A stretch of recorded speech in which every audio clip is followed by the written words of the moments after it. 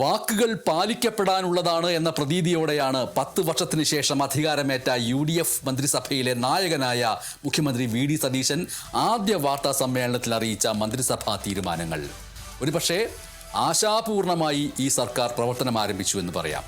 June 15 മുതൽ KSRTC ബസ്സുകളിൽ സൗജന്യമായി സ്ത്രീകൾക്ക് യാത്രയാരംഭിക്കാം എന്ന് തീയതി സഹിതം പ്രഖ്യാപനം നടത്തി. അതിൻ്റെ വിശദാംശങ്ങളൊക്കെ വരാനിരിക്കുന്നതേയുള്ളൂ.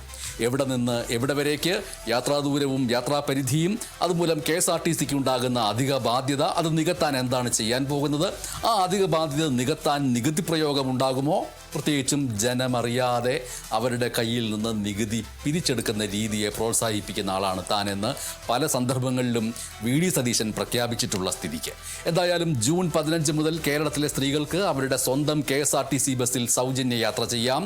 സ്ത്രീകളിൽ ആർക്കെങ്കിലും സൗജന്യ യാത്ര വേണ്ട, പണം തരാൻ തയ്യാറാണ് എന്ന് പറഞ്ഞാൽ അത് വാങ്ങാനുള്ള സംവിധാനം ഉണ്ടാകുമോ എന്നതടക്കമുള്ള കാര്യങ്ങൾ ജൂൺ 15 അറിയാം. എന്തായാലും ആ സൗജന്യ യാത്രയ്ക്കായി കേരളത്തിലെ വനിതകൾ ഒരുങ്ങിക്കൊള്ളുക എന്ന് മുഖ്യമന്ത്രി പറഞ്ഞിരിക്കുന്നു.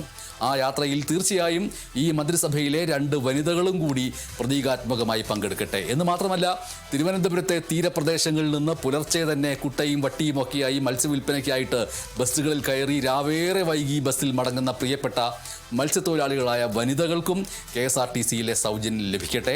വനിതകളിലൂടെ അവർ നടത്തുന്ന സ്വയം സംരംഭങ്ങളിലൂടെ കേരളം സ്വാശ്രയത്വത്തിൻ്റെ പുതുമേഖലകളിലേക്ക് കടക്കുകയും ചെയ്യട്ടെ. എന്തായാലും ഇതിൻ്റെ പേരിൽ സ്വകാര്യ ബസ് മുതലാളിമാർ പണി മുടക്കാതിരിക്കട്ടെ എന്ന് ആശംസിക്കുകയും ചെയ്യാം.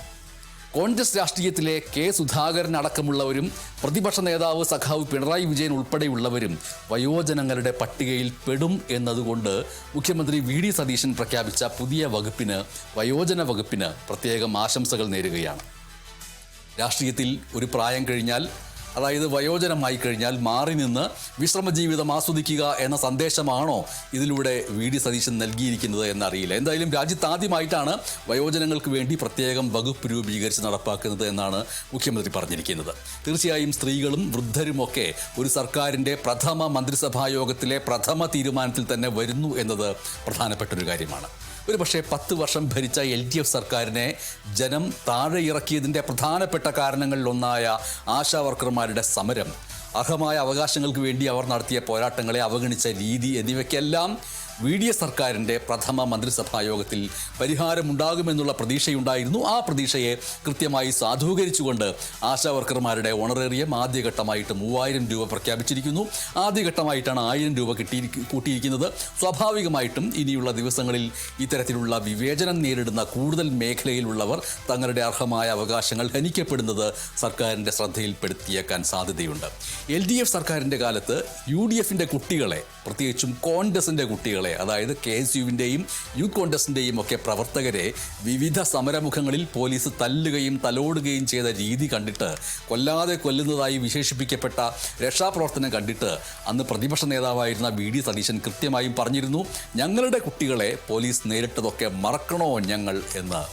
മറക്കില്ല എന്ന് പ്രഖ്യാപിച്ചുകൊണ്ടാണ് 2023 നവകേരള സദസ്സിൻ്റെ ഭാഗമായിട്ട് മുൻ മുഖ്യമന്ത്രി പിണറായി വിജയൻ ആലപ്പുഴയിൽ എത്തിയപ്പോൾ റോഡരികിൽ പ്രതിഷേധിച്ച 2 പേരെ മുഖ്യമന്ത്രിയുടെ ഗൺമാന്മാർ വളഞ്ഞിട്ട് തല്ലിച്ചതച്ച സംഭവത്തിൽ പുനരന്വേഷണം നടത്താൻ കോടതി ഉത്തരവ് പ്രകാരം പ്രത്യേക സംഘത്തെ നിയോഗിച്ചതായിട്ട് VD സതീശൻ പ്രഖ്യാപിച്ചിരിക്കുന്നത്. തീർച്ചയായിട്ടും VD സതീശൻ സർക്കാരിൻ്റെ ഈ ആദ്യ അന്വേഷണ ഉത്തരവ് അണികളും നേതാക്കളും പ്രവർത്തകരുമൊക്കെ ആഗ്രഹിച്ച ഒന്നായിരിക്കും. ഇനിയും സമാനമായിട്ടുള്ള ഉത്തരവുകൾ ഇതേപോലെ പ്രതീക്ഷിക്കപ്പെടുന്നുണ്ട്.